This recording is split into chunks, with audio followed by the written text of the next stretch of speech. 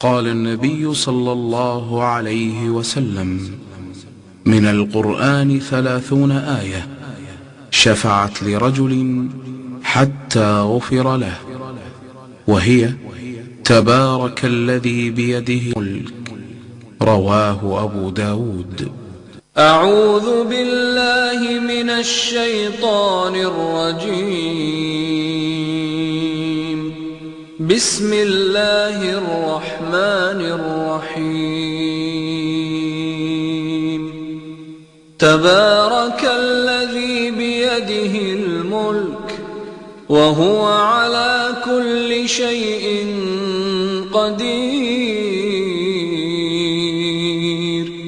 الذي خلق الموت والحياة ليبلوكم أيكم أحسن عملا، وهو العزيز الغفور.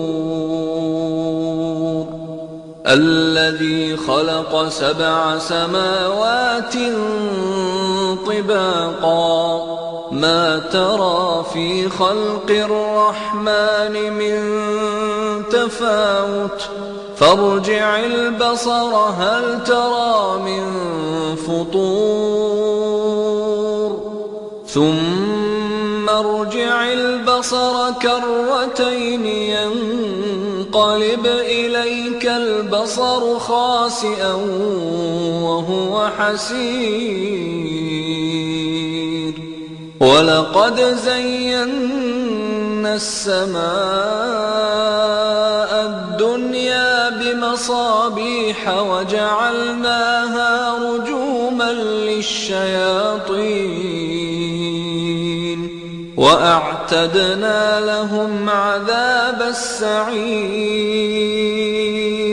وللذين كفروا بربهم عذاب جهنم،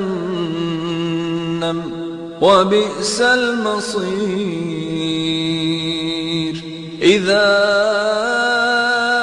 ألقوا فيها سمعوا لها شهيقا وهي تفور، تكاد تميز من الغيظ،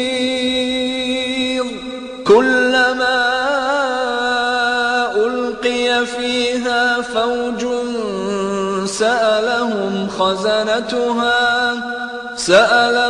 خزنتها ألم يأتكم نذير؟